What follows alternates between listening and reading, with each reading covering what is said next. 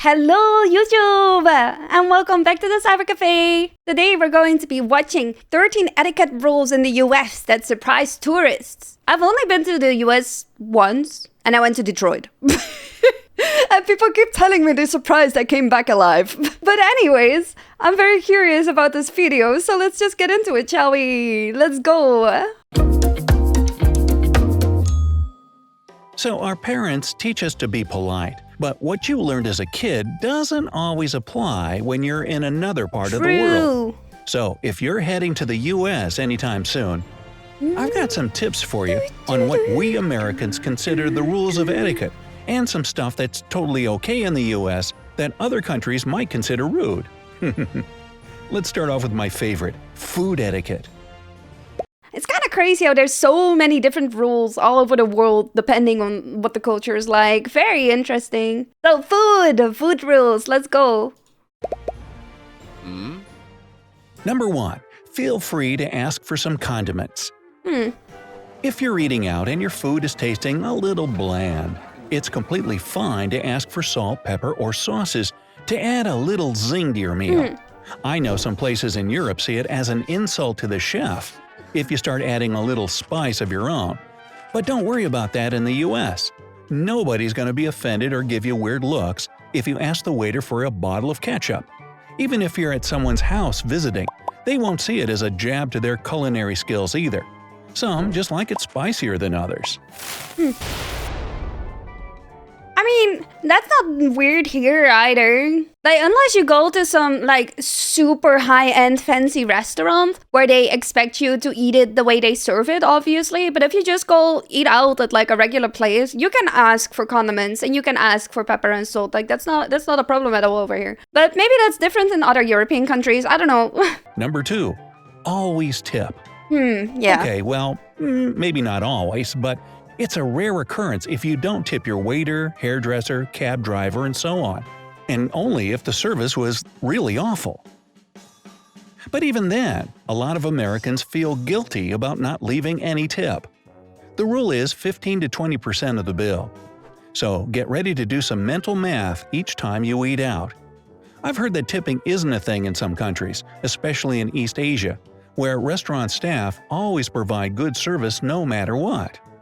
But in the US, it's simply a sign of gratitude that your waiter did a good job, even though they're probably tired, their feet hurt, and they've got a bunch of other tables to tend to. Number 3. So tipping over here, like, I know it's mandatory or considered mandatory in the US, and it's really, really rude if you don't. And I think that's because they don't actually pay their waiters and stuff like minimum wage, so they have to rely on tips to pay their rent and stuff like that. It's not like that over here. Like, tips are not expected, tips are not mandatory, people just get paid a normal wage when they're working at a restaurant or anything like that. Some people do tip if the service was, like, really, really good. That's when you tip. But other than that, like, you're not expected or required to tip because they're not dependent on tips for paying everything they have to pay. Clean up after yourself at fast food restaurants. Of course, if you're going to the States, I imagine a lot of your eating out will be done in fast food joints. You'll see a lot more of those than your traditional sit and be served by a waiter types of places. But anyways, if you're finished eating and your tray is now full of wrappers, used napkins, and empty boxes, take it to the trash can and dispose of the garbage yourself. We do that too. Most fast food places don't have a separate cleaning staff for that. It's pretty much always the cashier that needs to find time between ringing people up to go clean up the dining area. So we try to help them out a bit and clean up after ourselves. Number 4. Okay, so I feel like this one is very dependent on what European country you're in. Because I live in the Netherlands. I used to live in Portugal as well. And Portugal versus the Netherlands was very different. The Netherlands is basically the same as the US. Over here, we also clean up after ourselves at fast food restaurants. You dispose of the stuff, put the plate where they want you to put the plate. And that's just how it goes. Whereas in Portugal, you would just leave your stuff there and then they would clean it up. So I feel like this is very dependent on what European country you're in. Like, so far, the etiquette rules haven't really been surprising me. I knew about the tipping ones, and the other ones are basically the same as they are over here in the Netherlands. But I did notice that there's some differences between, like, the Netherlands and, well, Portugal, for example. Open gifts immediately in front of the giver. Now, I was pretty surprised when I found out that opening a gift as soon as you get it is considered bad manners in certain parts of the world. I guess some cultures see it as kinda greedy when you start tearing into a present right away. In the US, it's pretty much the opposite. Open it as soon as you get it, right in front of the giver. That way, they can see your reaction and you can thank them right there on the spot. There are also no rules about using both hands or a certain hand when giving or receiving a gift. Just grab it and open it already. So Number I 5. think over here that's the same. Or like we don't really care, I guess. Usually when you give someone a gift, they open it right away so that you can see the reaction, obviously. But if you don't because you gotta do other stuff first, for example, that's fine too. It's like people don't really care that much. People don't really care that much. There's no really rules regarding it. Be ready for small talk. Oh, I hate this one. How about that game last night? Whew, when's this weather gonna let up already? Yes, Americans love small talk. Yes, you guys so do. Don't be surprised if a stranger just starts chatting with you while you're waiting in line or sharing an elevator. It could be… It's so true. Like every single time I walk into American people, like over here in the Netherlands, or like no, let me phrase that differently. Every time someone randomly talks to me while I'm out and about in my own home country, and someone suddenly starts talking to me, like 9 out of 10 times they're American. 9 out of 10 times they're like Americans visiting the country. And like I don't like small talk that much, but I don't mind being talked to. But it is something I noticed. Like you guys are really like your small chat, your small talk. Sports, the weather, traffic, anything just to have a short, light conversation. I can't really say why we like talking to people we don't even know. But I mean, if you're sharing a space with someone, are you just going to totally ignore their presence? That'd be awkward. Oh yeah, and you'll get asked how you're doing a lot, even by strangers. It's usually waiters and cashiers that'll greet you with a, "Hi, how are you today?" Oh, but it's pretty normal. Just answer with "Fine, and you?" Even if you're not exactly having a fantastic day.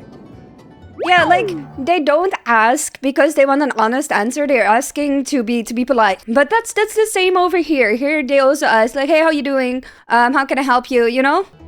Number 6. Expect a lot of smiles. True. First of all, let me bust the myth that Americans constantly walk around smiling ear to ear.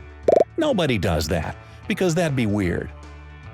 But again, if you're sharing a space and making small talk with a stranger, or maybe someone opens or holds the door for you, they'll smile at you. And it's polite if you do the same. We do that too. Cashiers and waiters also greet you with a big friendly smile. I read somewhere that this goes back to our early history as a country built by people who all spoke different languages. They didn't understand each other all that well, so they just smiled. But I still Makes think sense. we just like to be open and kind. Number 7. I feel like this is a pretty basic thing that happens in most places. I mean, correct me if I'm wrong, and obviously I don't know about parts in Asia and stuff like that, but over here we smile to each other. Respect the bubble. The bubble? What's the bubble? Now, here's a pretty funny thing about Americans. We're friendly, we love to chat, but we also really like our personal bubble. The unspoken rule is to stand about an arm's length away when you're talking with someone. We're also not too big on touching during conversation, because this can be misconstrued as a way of flirting. Of course, the rule doesn't apply with close friends and family, but still, even then, most Americans aren't too touchy-feely. We're not either, as Number Dutchies. 8. And I know this is very different from Portugal as well, or at least my own experience in Portugal, because I feel like every single person I met there wanted to like a kiss on the cheek, or like wanted to hug, or like would touch you while they're talking to you, and we don't really do that here. We only do that with friends and family. Yeah, I feel like that's maybe the Netherlands is just very similar to the States in that regard. I don't know. A lot of these etiquette rules just make a lot of sense to me. definitely no kissing. I know in countries like Spain and France, people often greet each other with a peck or two on the cheek. There might be some Americans who greet the European way, but overall, we don't kiss each other as a way to say hi. Again, my personal bubble is my sanctuary, so don't come in it with puckered lips ablazing. It's best to just say hi, smile, and keep it at that. Number 9. Fair. Being loud is usually okay. This is is true. You guys are loud. You guys are loud. Everywhere I go, if there's like anyone who's loud, it's usually someone with an American accent. Don't get me wrong, the Brits can be very loud too. And obviously Dutch people can also be very loud. I think basically anyone can be loud. But like some of you can be like really, really, really loud, like extremely loud. The stereotype of the loud American tourist might ring true most of the time, since we tend to project our voices, even out in public. It's not that we're yelling all the time. No, but you're I'd not say yelling. We certainly speak louder than people in Europe or Asia. I think it's also like you guys aren't necessarily yelling, you just talk loud. Like you're not yelling, you're not screaming, like it's not necessarily rude or whatever, you're just loud. Yeah, that's just what it is. Like I'm not sure if you guys have louder voices or you're indeed projecting your voice more or whatever, but you're just more loud. I've gotten some friendly reminder to take it down a few decibels when visiting my friends abroad. But hey, if you're ever in the States, feel free to laugh out loud or get particularly animated while telling a joke. But of course, there's a time and place for that. You still have to hush down in places like libraries. Number 10. Indirectness is politeness. Yeah. So here's the thing about Americans. A direct, no, I don't want, or like that, is seen as pretty rude. But if an American gives you a polite, no thanks, I'd rather not, or I don't think that's the best idea, that doesn't mean that they're on the fence about it. No means no, even if it's said indirectly and super politely. It's frowned upon to try and convince someone to do something or change their mind because it's seen as pushy and disrespectful to their wishes. So in this, we are very different. And this is really something I have had to learn. But I also have a lot of American friends who like me because of this. Because I just say it how it is. Like, I'm Dutch. I have the Dutch directness. You know, I'm not trying to be mean. I'm not trying to be an asshole. I'm not trying to be rude. I hit the microphone. Sorry, guys. I hit you. I'm not trying to be rude. I just say it how it is. And how I think it is. Like, if I don't want to do something, I just say, no, I don't want to do that. And I didn't realize that was coming across as rude or like mean or anything like that. So I've definitely had people that didn't like me as much on the internet because they thought I was too straightforward and I was too direct. So that is really something I had to learn. But at the same time, I do also have a bunch of friends who are like, but I actually like your directness because now I don't have to guess and like tiptoe around the rules or whatever to see what you want. Like you just tell me how it is. So I feel like this kind of depends on whether this is a positive thing or not. I know this is very much a thing in the States and I very much had to learn how to deal with that. But yeah, we're very different in that regard. 11. Sit in the back seat of a cab. Now this is something interesting I found out about Australia and New Zealand. There, it's considered rude to take the back seat of a cab because it's almost like you're showing that you expect to be chauffeured by someone who's lower than you. Well, That's kind don't of worry weird. about that in the That's weird. Like, you're not expecting to be chauffeured by someone who's lower than you. You're expecting to be chauffeured by someone you're paying to chauffeur you. I don't know. I think that's kind of weird. Over here, we just sit in the back. We just sit in. It's weird to not sit in the back even. U.S. In fact, you should ride in the back seat because the driver might give you a weird look otherwise. Yeah. It's not an elitist thing, and you can still make friendly small talk from the back. Just respect the driver's personal bubble. Personal That's bubble. all. Number 12. Number 12. Feel free to keep your shoes on inside. I had a friend from Russia recently ask me, why is it that in all American movies, people are walking around their house with their shoes on? And I just told him straight up, because that's what we do. Now, Same there here. are plenty of families here that don't have a no shoes indoors policy, although I'd say the majority don't. So here's a good rule of etiquette to live by if you ever visit an American's home. When you walk in, ask if you should take your shoes off at the door. If they say, nah, you're okay, don't feel bad about walking around their house in your shoes. I know it seems bizarre to most people around the world, but it's A-OK here. I feel like it's mainly bizarre in certain parts of the world, like more towards the Asian countries, for example. I'm not sure about like Eastern Europe or whatever, but I know that over here in the Netherlands, everyone just walks inside with shoes. Some people have like indoor shoes that they wear instead of their actual shoes, or if they have like very expensive flooring or whatever, they will ask you to take your shoes off. But most people just walk inside with their shoes, like they don't care. You clean the floor anyways, I hope.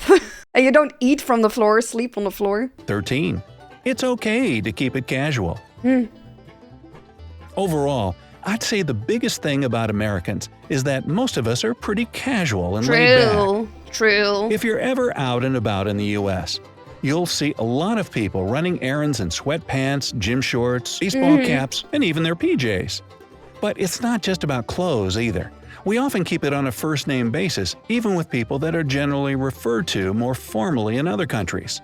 For example, most of the time your boss is just Jim or Janet, not Mr. or Mrs. Jones. You might start off more formally, but I guarantee you that that person will say right off the bat, "Hey, call me Jim." Now, what would be weird is if their name isn't Jim. Maybe it's Howard or Benny. Then what you say is, "Hey, call me a cab." Call me a cab. So, are any of these Americanisms different or the same in your country? And to all my fellow Americans, I feel like most of them are the same. Most of them are the same except for like the directness and the laid backness. I guess that becomes more of a thing nowadays. Like I called my boss by his first name, for example, and you have plenty of people going out in leisure wear to do their chores and stuff like that. But I do feel like dressing up for certain things like school, work, blah blah blah blah are more expected than they are over there. Like if I would go to the States in my regular clothes, people would probably think I'm overdressed for going to either school or the store or whatever. But yeah, that's crazy. Like it's not that different, at least not from like compared to the Netherlands. Compared to Portugal, it definitely is, but not compared to the Netherlands. Can you add anything to the list? Let me know down in the comments.